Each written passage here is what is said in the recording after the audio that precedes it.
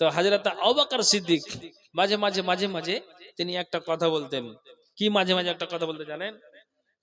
আবু বকর বলতেন, আল্লাহ আমি একটা মানুষ, তো তুমি আবু বকরকে কেন মানুষ বানালে? আল্লাহ আমি একটা মানুষ, তো তুমি কেন মানুষ বানালে? এই আবু বকরকে যদি তুমি মাটিতে মিশিয়ে দিতে, মাটিতে আল্লাহ মিশিয়ে দিতে, মাটি বানাতে, আমার ওপর দিয়ে মানুষ চলাচল করত। হে আল্লাহ তুমি এই আবু বকরকে মানুষ না বানিয়ে যদি আল্লাহ পশু বানাতে, তাহলে আল্লাহ সব চাইতে ভালো হতো। আবু বকর বলছেন, আল্লাহ গো তোমার কাছে আমার অ্যাপ্লিকেশন যে তুমি কেন আমাকে মানুষ বানালে? যদি পশু বানাতে তাহলে এই আজনা গ্রামের মানুষেরা, আমি এই কোনো একটা জায়গাতে আমি ডালে বসে থাকতাম, আর ওখান থেকে আমাকে যেন ঢেল ছুঁড়ে মারতো, আমি ওখান থেকে উঠতে উঠতে ইলামি চলে যেতাম, ওখান থেকে আবার আমি যেন নওদা চলে আসতাম, এই করে করে ডালে আর পাতে আমি উড়ে চলতাম। কিন্তু তুমি কেন মানুষ বানালে? হযরত আবু বকর বলছেন, কেন আল্লাহ? লাম উহজার লিল হিসাব, কিয়ামতের দিনে পশু পাখির হিসাব হতো না। আমি আপনাকে বলে, নবীজি বলছেন, আবু বকর তুমি বুড়োদের সর্দার হবে, তুমি জান্নাতে যাবে, এক নাম্বার তুমি জান্নাতি। তারপরও তিনি আখিরাতটাকে নিয়ে কত চিন্তা করছেন। আল্লাহ যদি আমার আমলের কোন রকম হয়ে যায়, তাহলে কিয়ামতের দিন আবু বকরকে আমাকে যেন তাপ পোহাতে হবে। আল্লাহু আকবার। আপনি দেখেন যে এরা জান্নাতি সাহাবা, তারপরও তিনার চিন্তা কতটুকু। এইজন্য আল্লাহ তাআলা কোরআনে কি বললেন? আমি কি নিয়ে যাচ্ছি বা আমি যাব, আপনি নিজেতে এটা মন্তব্য করতে পারবেন। আপনি এটা নিজে আপনি একটু হিসাব করেন যে সারাদিন আমি সূর্য উদিত হয়ে যাওয়ার পর, মানে উঠানোর পর আর অস্তমিত যাওয়ার আগে আমি দুটো নামাজকে পাই, জোহর আর আসর। মাগরিবের পর আমি মাগরিবকে পাই, মানে সূর্য অস্তমিত যাওয়ার পরে আমি মাগরিবকে পাই। তাহলে আপনি এটা বাড়ি গিয়ে অঙ্ক কষবেন, জোহর আর আসর দুই ওয়াক্ত, সূর্য ডুবা পর্যন্ত, তার আগে এটা নামাজ আমি পড়েছি। এবার আপনি বলবেন, তো এবার আপনি এটা যখন অঙ্ক করলেন, না তো জোহর আর আসর তো আমি ছেড়ে বসেছি, নামাজ তো পড়িনি। আবার যখন সূর্য ডুবে গেল, আপনি আবার বাড়ি গিয়ে বলবেন, আমি কি মাগরিব নামাজ পড়িনি। এক কথা আমি নামাজ ত্যাগকারী মানুষ। তাহলে কয় ওয়াক্ত হলো? জোহর ছাড়লেন, আসর ছাড়লেন, মাগরিব ছাড়লেন, ঈশা ছাড়লেন, ফজর আপনি ছেড়েছেন। এক কথাই দিন আর রাত আপনার 5 ওয়াক্ত নামাজে চলে গেল। তাহলে আপনি গুনার মধ্যে জড়িয়ে আছেন। আবার আপনাকে বলি, আপনার মতো তরুণ যুবক মানুষরা দেখি যে আপনি নেশা পান করেন, আপনি খৈনি, তিরাঙ্গা, গুল, আপনি এগুলো ব্যবহার করেন। আপনি নিজেই অঙ্ক কষবেন যে সারাদিন আমার এবার গুনাতে গেল না, আমার নেকিতে গেল। আমি আপনাকে বলি, যারা জান্নাতের সুসংবাদ পেয়ে যাওয়ার পরও তারা এইভাবে নিজের আমলটাকে নিয়ে ভেবেছে যে আল্লাহ যদি আমার আমলের কোনো ঘাটতি হয়ে যায়, তাহলে কিয়ামতের দিন আমাকে জবাবদাহি দিতে হবে। আর আমি আর আপনি পাপ দিন আর রাত করে যাই, এটা নিয়ে আমাদের মাথা ব্যথা হয় না। আল্লাহু আকবার। এটা নিয়ে আমার মাথা ব্যথা হয় না। আপনাকে বলি, আল্লাহ পাকের রাসূল ঠিক মা আয়েশার কামরাতে তিনি নামাজ পড়ছেন, নফল সালাত, নফল নামাজ তিনি আদায় করছেন। আর আল্লাহ পাকের রাসূল এটা হাদিস আছে যে শোনো, বাড়িকে তোমরা কবর বানিয়ে নিও না। যেমন কবরস্থানে নামাজ পড়া ঠিক নয়, তেমনি আল্লাহ পাকের রাসূল তোমরা বাড়িকে কবরস্থান বানায়ো না, ওখানে নফল সুন্নাতগুলো আদায় করবে। তো আল্লাহ পাকের রাসূল ঠিক আয়েশার কামরাতে তিনি নামাজ পড়ছেন।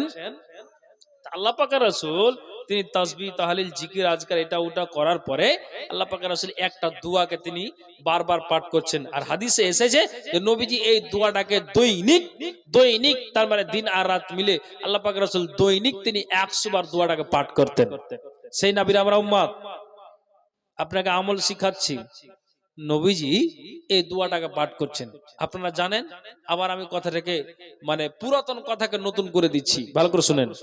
নবীজি দোয়া পড়ছেন, আল্লাহুম্মা হাসিবনি হিসাবান ইয়াসিরা, আল্লাহুম্মা হাসিবনি হিসাবান ইয়াসিরা, আল্লাহুম্মা হাসিবনি হিসাবান ইয়াসিরা। নবীজি আমার এই দুআটাকে তিনি বারবার পাঠ করছেন। মা আয়েশা বলছেন কুলতু ইয়া নবিয়াল্লাহ মাল হিসাবুল ইয়াসির। নবীজি গো সহজ হিসাবটা কি? আপনি বারবার আপনি এই দুআটাকে পাঠ করছেন, আপনার কারণটা কি?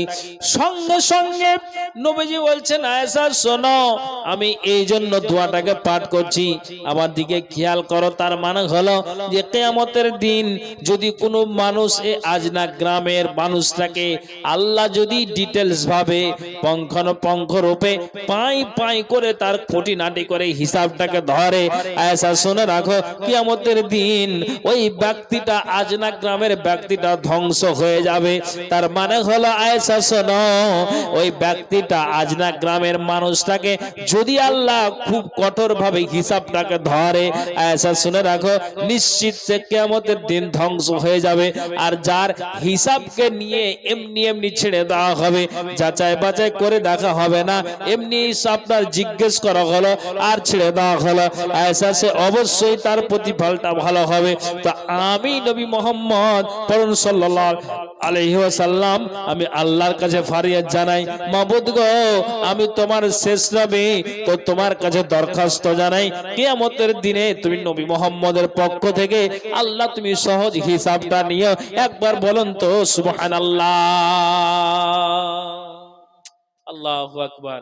আপনি চিন্তা করলেন যেই নবী তিনি আল্লাহ জীবনে অগ্রপশ্চাৎ গুনাহকে আল্লাহ মোচন করেছেন, আর এই নবী তিনি বলছেন আল্লাহ তুমি আমার পক্ষ থেকে সহজ হিসাবটা নিও। সুবহানাল্লাহ। তাহলে আপনি ভাবুন যে আপনি আমি আর আপনি কোন জায়গাতে দাঁড়িয়ে আছি, কোন প্ল্যাটফর্মে আমি দাঁড়িয়ে আছি, একটু আমাকে আর আপনাকে ভাবতে হবে, ভেবে দিন আর রাত আমার আর আপনার অতিবাহিত করতে হবে। আব্দুল্লাহ ইবনে সিকির বলছেন ঠিক আমি আতাইতু রাসূলুল্লাহ সাল্লাল্লাহু আলাইহি ওয়াসাল্লাম, আমি নবীজির দরবারে আসলাম, নবীজির নিকটে আসলাম, নবীজির কাছে আমি আসলাম। তো ঠিক নবীজির কাছে যখন আমি এসেছি ওহুয়া ইউসাল্লি, আল্লাহ পাক রাসূল তিনি নামাজ পড়ছেন। তো তিনি যে নামাজ পড়ছেন তা আমি কিন্তু দাঁড়িয়ে গেলাম। কে বলছেন?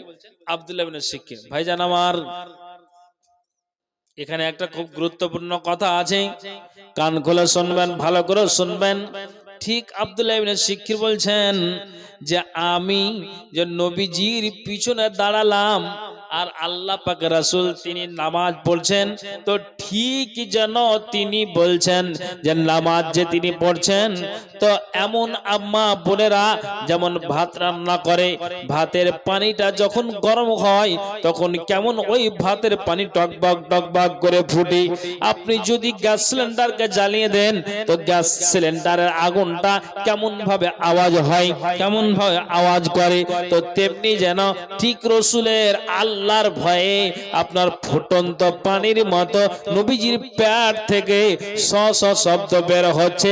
আমি আব্দুল্লাহ ইবনে সিকির ওটা দাঁড়িয়ে থেকে স্বয়ং আমি শুনলাম।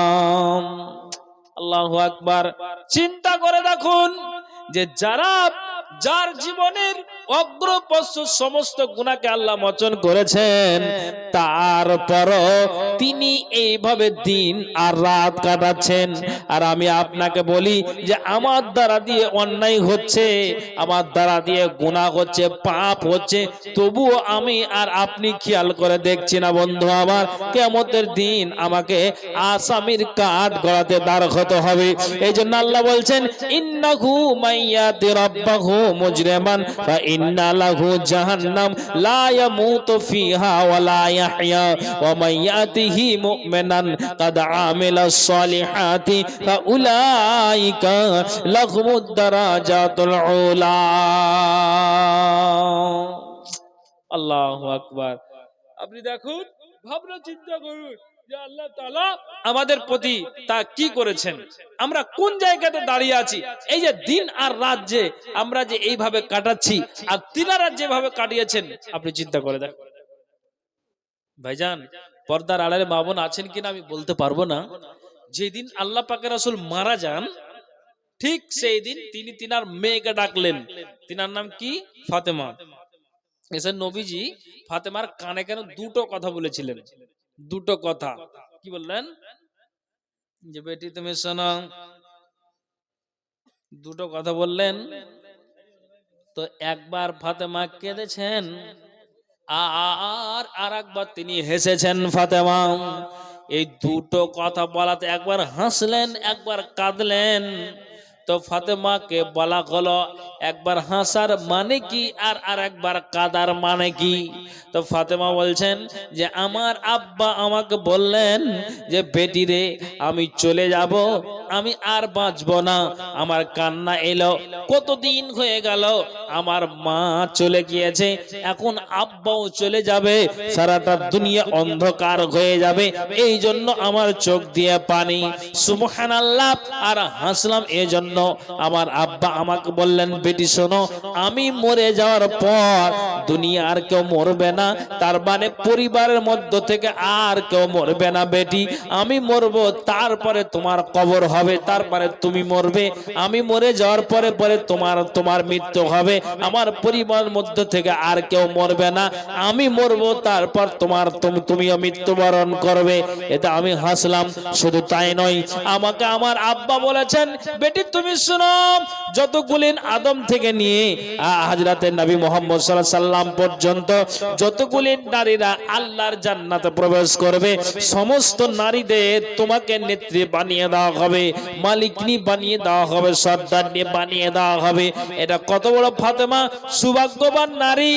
অথচ এই নারীটা তিনার আমলকে নিয়ে কতটা ভেবেছেন, কতটা তিনি চিন্তার মাধ্যম দিয়ে রাত আর দিনটাকে কাটিয়েছেন। আমি আপনাকে বলি জান্নাতের সুসংবাদটা নবীজি তিনি তিনার জীবদ্দশায় ফাতেমাকে দিয়েছেন। তারপরও ফাতেমা তিনি নিজে বলছেন যে আল্লাহ তিনি তিনার স্বামীকে হযরত আলী রাদিয়াল্লাহু তাআলা আনহুকে ফাতেমা বলছেন ও আমার স্বামী শোনো, আমি যদি তোমার আগে মারা যাই তাহলে এটা তুমি মাথায় রাখিও। আমি তোমাকে এটা বলে যাচ্ছি যে আমি মরে যেতে গেলে আমাকে তুমি দাফন করবে, আমাকে তুমি গোসল দিবে, কাফন পরাবে। তো রাতে যেন হয়, কেন দিনে পরাতে গেলে হতে পারে যে আমার দেহের কোনো অংশ আপনার পর পুরুষের নজরে পড়ে যেতে পারে। সুবহানাল্লাহ। কতটা তিনারা সংযত হয়ে চলেছেন, কতটা তারা নিজেকে কঠোর হয়ে চলেছেন। আল্লাহু আকবার। শুধু আমল নিয়ে ভেবেছেন বন্ধু। আমি আপনাকে বলি যে আমি আর আপনি দিন আর রাত পাপ করি, কিন্তু এটা আমি মগজে খেয়াল করি না।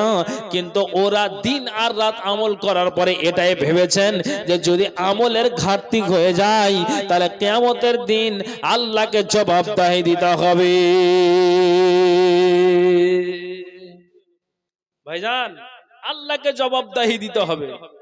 তারা সঠিক আমল করার পরে এটাই চিন্তা ছিল, কোন রকম যদি কিছু আমার দ্বারা দিয়ে আমলটা এইদিক ওদিক হয়ে যায় তাহলে তো বরবাদ হয়ে যাব। আর আমি দিন আর রাত পাপ করে আমি এটা ভাবনাই করি না। তাহলে ওদের ভাবনা আর আমাদের ভাবনাটা আসমান আর জমিনের তফাৎ, পার্থক্য। আপনার আর আমার মগজে কখন জ্ঞান আসবে বন্ধু? কখন জ্ঞান আসবে? ইমানকে কখন আর তাজা করবেন? একটু বাড়ান, আল্লাহকে ভয় করুন। ইমানকে মজবুত করার জন্য আপনি যা পাপ করেছেন একবার ইখলাসের সহিত আপনি এখন বলবেন মাওলানা আমার দ্বারা দিয়ে এতগুলি আমি অন্যায় করেছি, তো কোনো অপশন নাই যে আল্লাহর কাছে এগুলো আমি ক্ষমা চেয়ে নিব, আল্লাহ আমাকে মাফ করবেন? জি, আপনাকে বলছি আমি 4-5টা সাহাবী যেমন আপনাকে বলি যে ইনারা এতটাই নিজেকে সংযত হয়ে চলেছেন শুধু আখিরাতটাকে মানে আখিরাতে উজ্জ্বল হওয়ার জন্য। যেমন আবু সুফিয়ান বিন হারেস, আর একজন আছে আবু সুফিয়ান বিন হারব। তো আবু সুফিয়ান বিন হারেস যেটা, ইনি ইসলাম গ্রহণ করার পর ইতিহাস প্রমাণ করে যে 2 থেকে 2.5 বছর তিনি বেঁচে ছিলেন।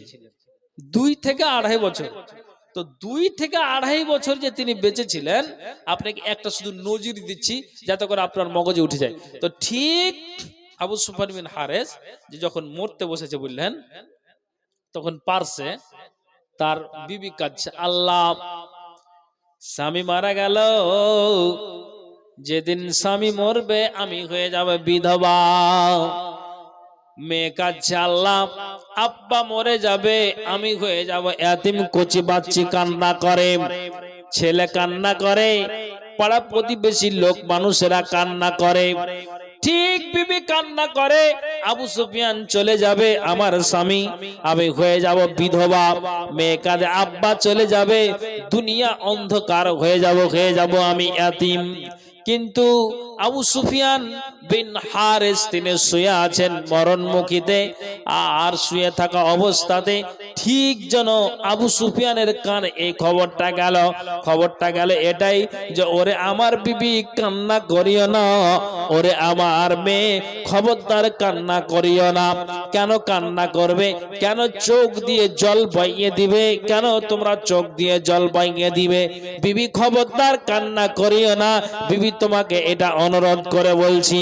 কেন কেন কেন শোনো, আমি 2 থেকে 2.5 বছর হলো আমার ইসলাম কবুল করা, আমি এতটা নিজেকে সংযত হয়ে চলেছি, আমি আল্লাহ এবং আল্লাহর বিধানকে এতটাই আমি সংযত করে আমি মেনে নিয়েছি। এক কথায় আমি জাহান্নামকে এতটাই ভয় ভীতু হয়ে আমি সতর্ক হয়ে চলেছি, আমি কিয়ামতের দিনটাকে এত ভয় আমি করেছি, মরে যাব যদি সঠিক আমল না হয় তো কবরে আমার আযাব হবে, ওই কবরকে বলে আমি ভয় করেছি। ঠিক আবু সুবহান বলছেন, ওয়া ইন্নী লাম আতানাত্তাব বিখাতিয়াতিন মুনজু আসলামতু, তিনি বলছেন শোনো আমার বিবিরা, তোমাদেরকে আমি জবাব দেই, আমার দিকে কান খুলে শোনো।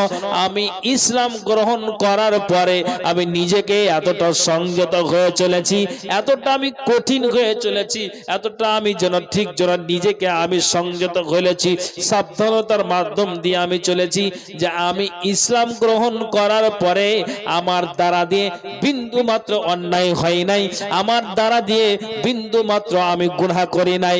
কেননা নবীজি যেই কথা বলেছেন আমি তার উপর দিয়ে আমি চলেছি। নবীজির ডান দিকে বলেছেন ডান দিকে, বাম দিকে তো বাম দিকে, সামনে তো সামনে, পিছনে তো পিছনে, এক কথাই নবীজির বাইরে আমি আবু সুফিয়ান চলিনি।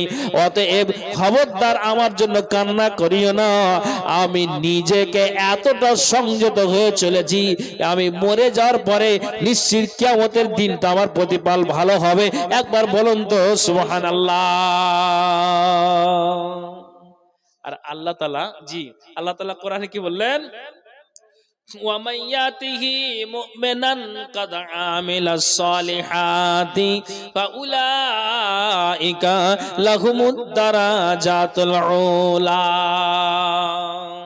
অবশ্যই যারা নেক সৎ ভালো কাজ করে আসবে তাদের জন্য উঁচু স্থান রয়েছে, সম্মানের জায়গা রয়েছে, ওই জায়গাতে তাদেরকে রাখা হবে। ভাইজান, তাহলে ওই ইতিহাস থেকে আমাকে আর আপনাকে জ্ঞান নিতে হবে।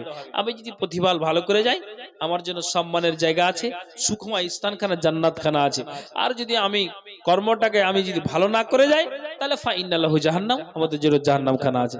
অতএব বাবা ভাই আপনাদেরকে আর কি বলবো, আমি আর আগে বাড়বো না, প্রায় 1 ঘন্টা হয়ে গেল,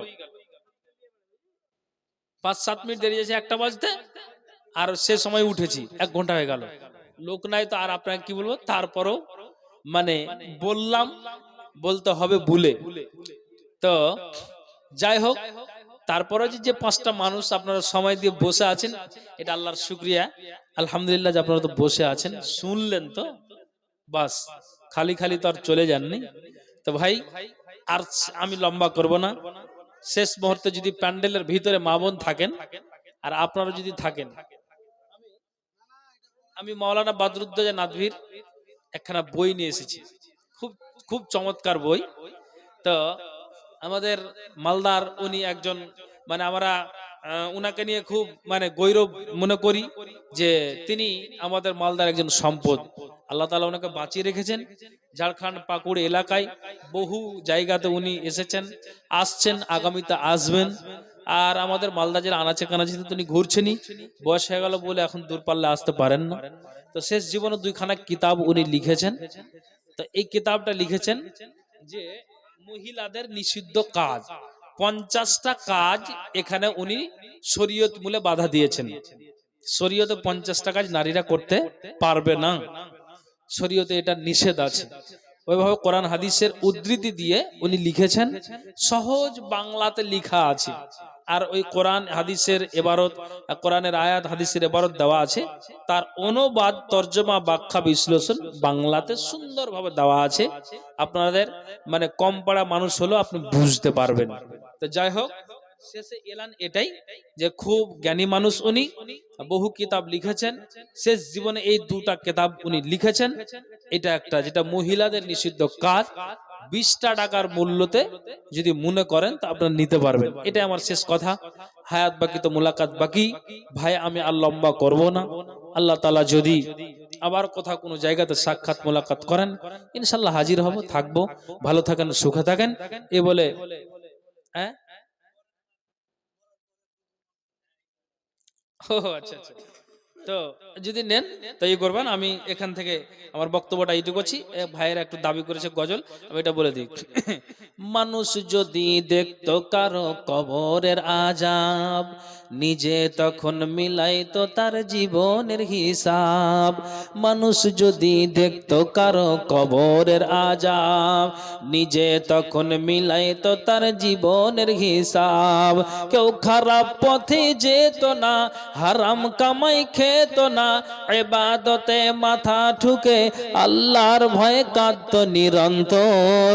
মরার পরে বুঝবে মানুষ কবর কত ভয়ঙ্কর, মরার পরে বুঝবে মানুষ কবর কত ভয়ঙ্কর। কল্পনাতে দেখতো যদি শেষ বিচারের দিন, কাউরির কাছে হইতো না কেউ এক বিন্দু ঋণ।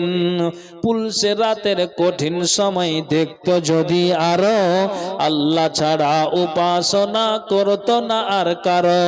কেউ খারাপ পথে যেত না, হারাম কামাই খেত না, ইবাদতে মাথা ঠুকে আল্লাহর ভয়ে কাঁদতো নিরন্তর।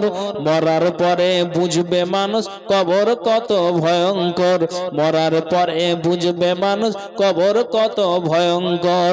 মানুষ যদি দেখতো কারো কবরের আজাব, নিজে তখন মিলাইতো তার জীবনের হিসাব।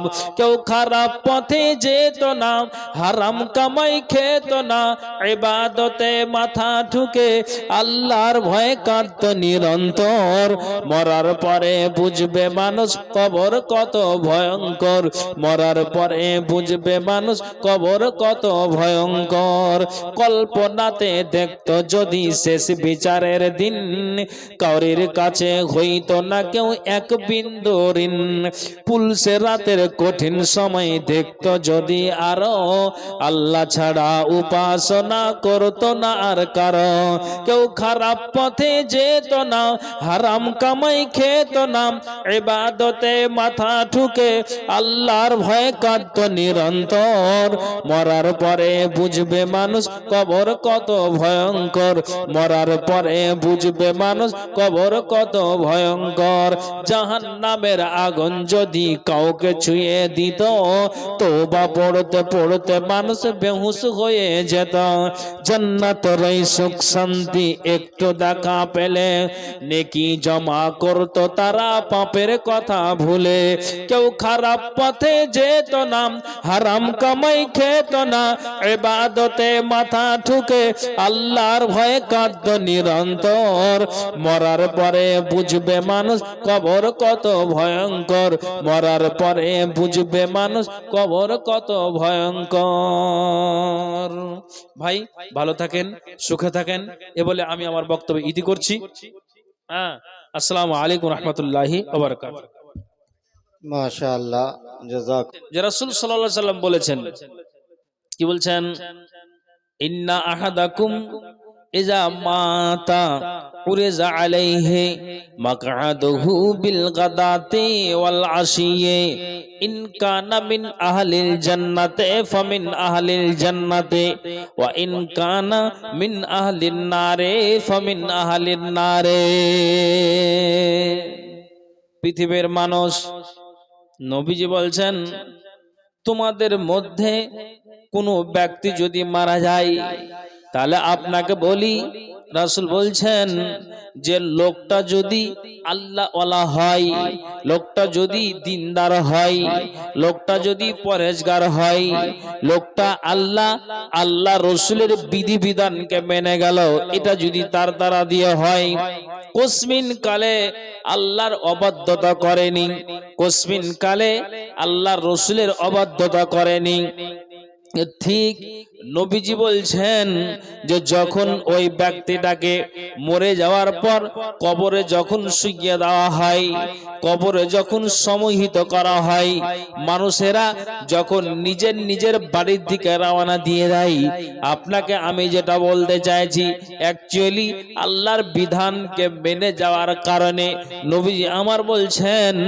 যে এ ঠিক তিনটি প্রশ্নের জবাব সে ব্যক্তিটা দিয়ে দিবে সঠিকভাবে, আর তাকে সকাল এবং সন্ধ্যাতে প্রতিদিন একবার সকালে একবার সন্ধ্যাতে, একবার সকালে একবার সন্ধ্যাতে ওই ব্যক্তিকে যেন কি করা হয়, ঠিক যেন তাকে যেন জান্নাত খানাকে দেখানো হয়, বলা হয় এরে আল্লাহর পবিত্র বান্দা, এরে আল্লাহর পবিত্র রূহ, এরে আল্লাহর খাঁটি বান্দা, এরে আল্লাহর খাস বান্দা, এই যে দেখো এখন যে কবরের ভিতরে আরামদায়ক বিছানাতে ঘুমিয়ে আছো, শুয়ে আছো, যেই দিন ইসরাফিল বাঁশিতে ফোঁক মারবে, যেই দিন আপনার যেন ইসরাফিল বাঁশিতে ফোঁক মেরে দিবে মানুষ, সেই দিন আপনার সমস্ত মানুষেরা পশ্চিম দিকে দৌড় শুরু করে দিবে। তখন বলছেন শোনো, ওই পর্যন্ত তোমাকে প্রতিদিন সকালে আর সন্ধ্যাতে আপনার যেন ঠিক যেন আকাশ থেকে আপনার জান্নাতকে দেখানো হয়। হাদিসে এসেছে যখন ওই মাইয়াতের সামনে আল্লাহ ভীরু দিনদার পরহেজগার ব্যক্তির সামনে যখন আপনার যেন ওই ব্যক্তিটাকে সকাল সন্ধ্যা জান্নাত দেখানো হয়, হাদিসে এসেছে তখন ও তারা যেন খুশিতে আটখানা হয়ে যায়, সে যেন খুশিতে আটখানা হয়ে যায়, তার হৃদয়টা আনন্দতে ভরে যায়। এই জন্য বলে যে এক তো কবরের ভিতরে আরামে আছি, যেদিন ইসরাফিল বাঁশিতে ফুঁক মারবে সেদিন যখন হাসরের ময়দানে পাড়ি দিব, ওই জায়গাতে আমাদেরকে কি করা হবে, আমাদেরকে ওই সুখময় স্থানখানা জান্নাত খানাতে দেওয়া হবে। তখন যেন এই সুখময় স্থানখানা দেখানোর পরে তারা যেন কি করলো, তা সে যেন খুশিতে আরো আটখানা হয়ে যায়।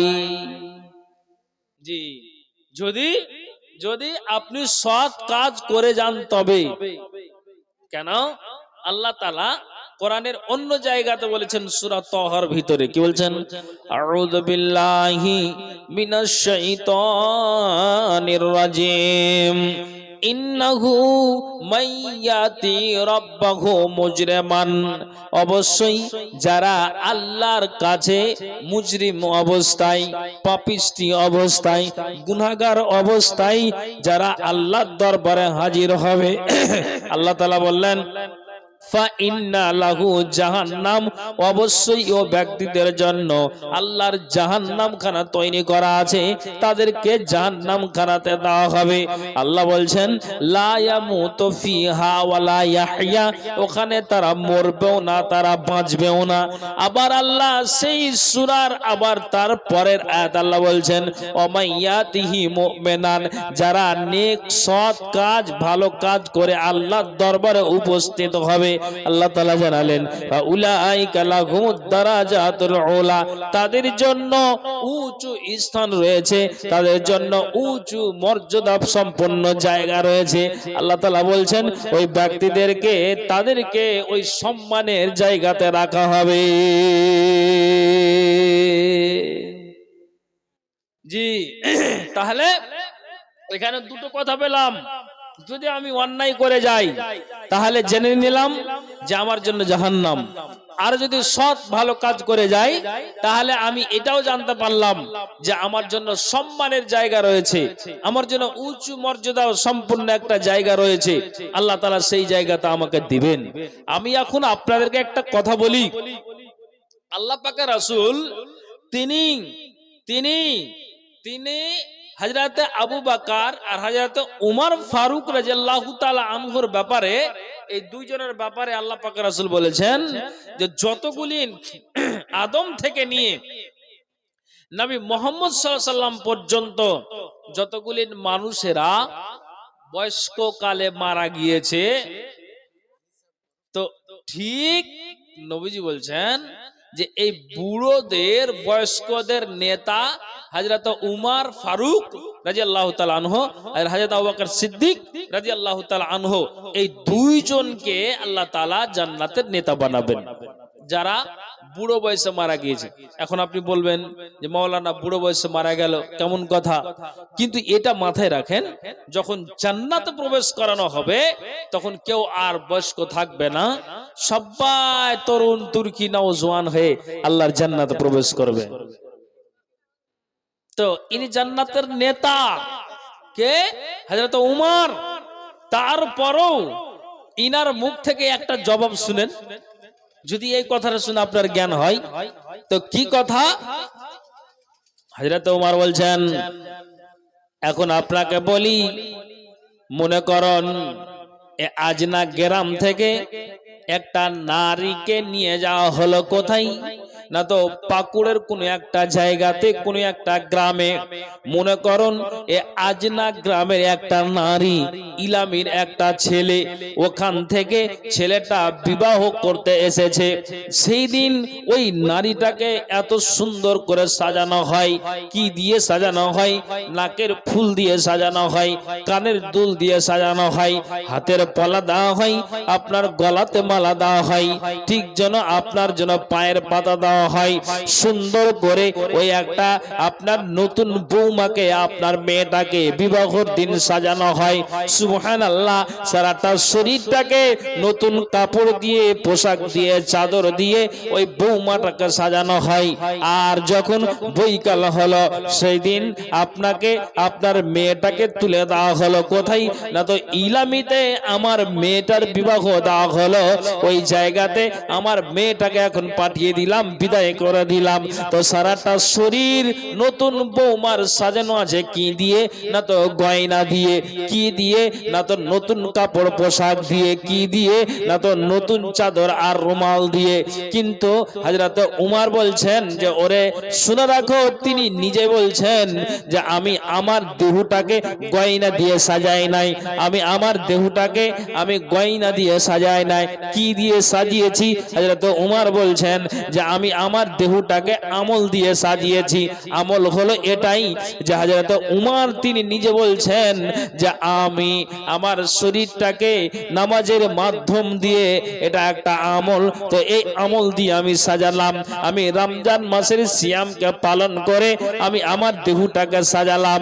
আমি ঠিক যেন দান খায়রাতের মাধ্যম দিয়ে আমি আমার দেহটাকে সাজালাম।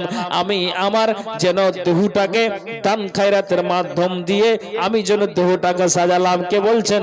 হযরত উমর বলছেন। আপনাকে বলি, নবীজি মরার আগে এই কথা বলে গিয়েছেন যে আমার একজন শ্বশুর, আমার দুইজন শ্বশুর, আবু বকর সিদ্দিক আর হযরত উমর, এরা দুইজনকে আল্লাহর যেন ঠিক যেন ওই জান্নাতের দুজনকে নেতা বানানো হবে। তারপর হযরত উমর বলছেন যে আমি আমার দেহটাকে সাজিয়েছি কি দিয়ে না, তো আমল দিয়ে। অথচ নবীজি প্রথম নম্বরে যার নামটা উল্লেখ করেছেন সেটাকে না, তো হযরত আবু বকর। দ্বিতীয় নম্বরে যার নামটা উল্লেখ করেছেন সেটাকে না, তো হযরত উমর। আপনি কি বুঝতে পারলেন? নবীজির মৃত্যুর আগে আল্লাহ পাকের রাসূল যে এই কথা বলেছেন, তো তারপরও হযরত উমর বলছেন যে আমি আমার দেহকে সাজাচ্ছি কি দিয়ে না, তো আমল দিয়ে। আল্লাহু আকবার। তাহলে জান্নাতের সুসংবাদ পেয়ে যাওয়ার পরও তিনি নিজেকে আমল দিয়ে সাজাচ্ছে, আর আমি দিন আর রাত আমার আপনার দ্বারা দিয়ে পাপ হচ্ছে, তা আমরা এই পাপের দিকে খেয়ালই করি না। তাহলে আমার জায়গাটা কোনখানে হবে? আমাদের জন্য জান্নাত, আমাদের জন্য জাহান্নাম। তা আমি আপনাকে বলতে চাইছি, আমার জায়গাটা কোনখানে হবে? আপনি এটা আমাকে বুঝান।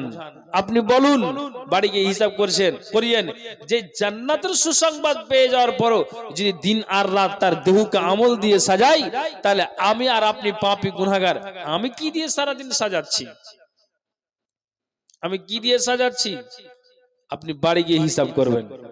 এই জন্য আল্লাহ তাআলা কোরআনের আয়াতে বলেছেন, আর নবী মুহাম্মদুর রাসূলুল্লাহ সাল্লাল্লাহু আলাইহি সাল্লাম তিনি হাদিসের ভিতরে উল্লেখ করেছেন।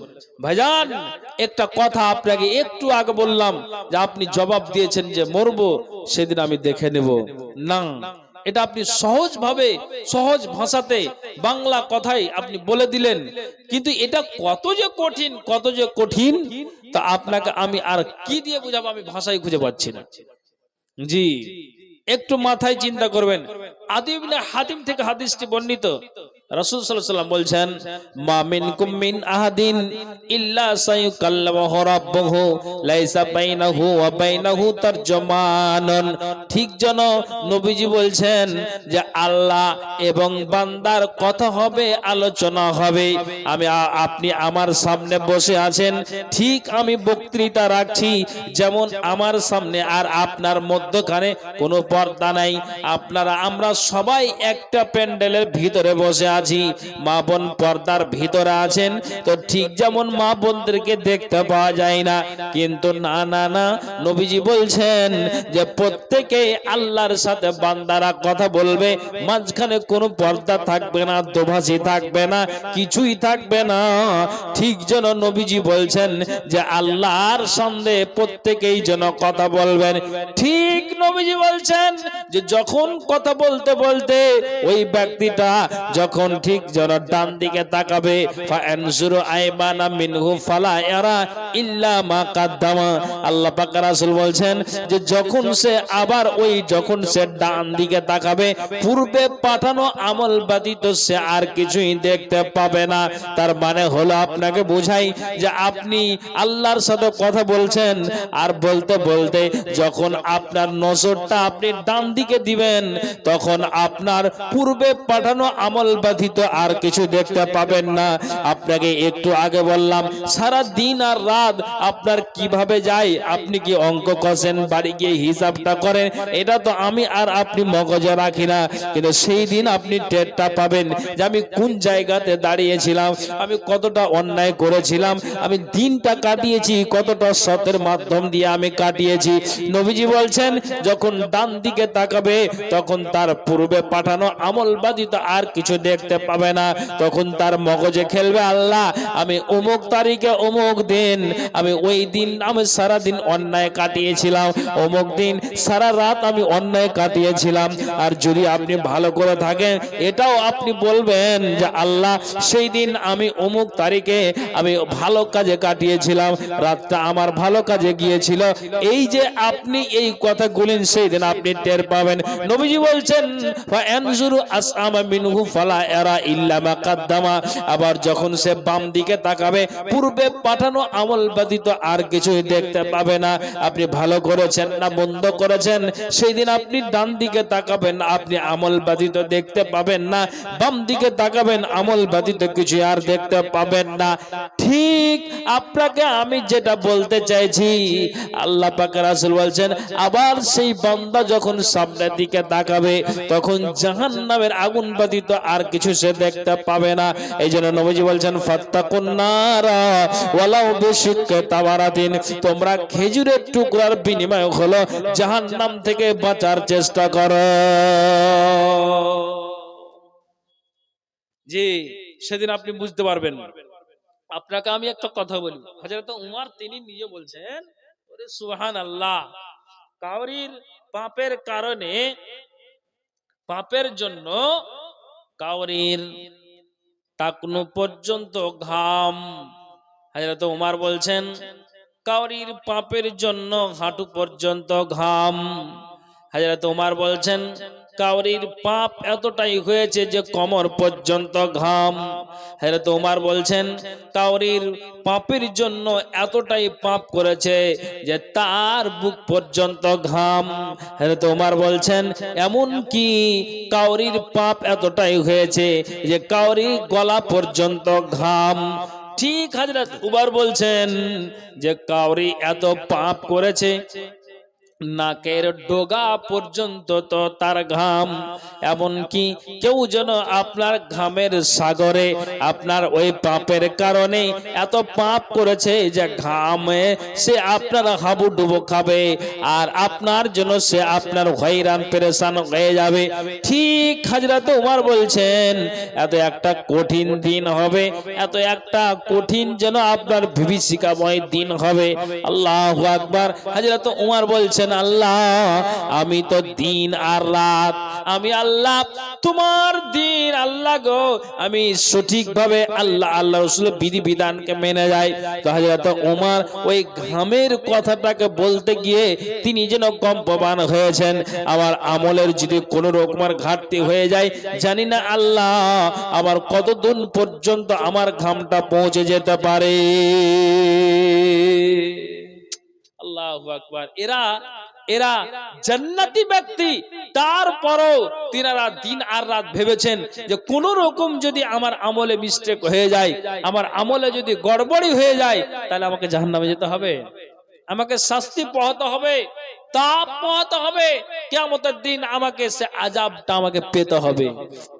এরা জান্নাতি ব্যক্তি, তারপরও আপনাকে আমি এটাই কথা বলতে চাইছি ভাইজান। হযরত আবু বকর সিদ্দিক তিনি কতটা সরল সাদামাটা জীবন তিনি কাটিয়েছেন।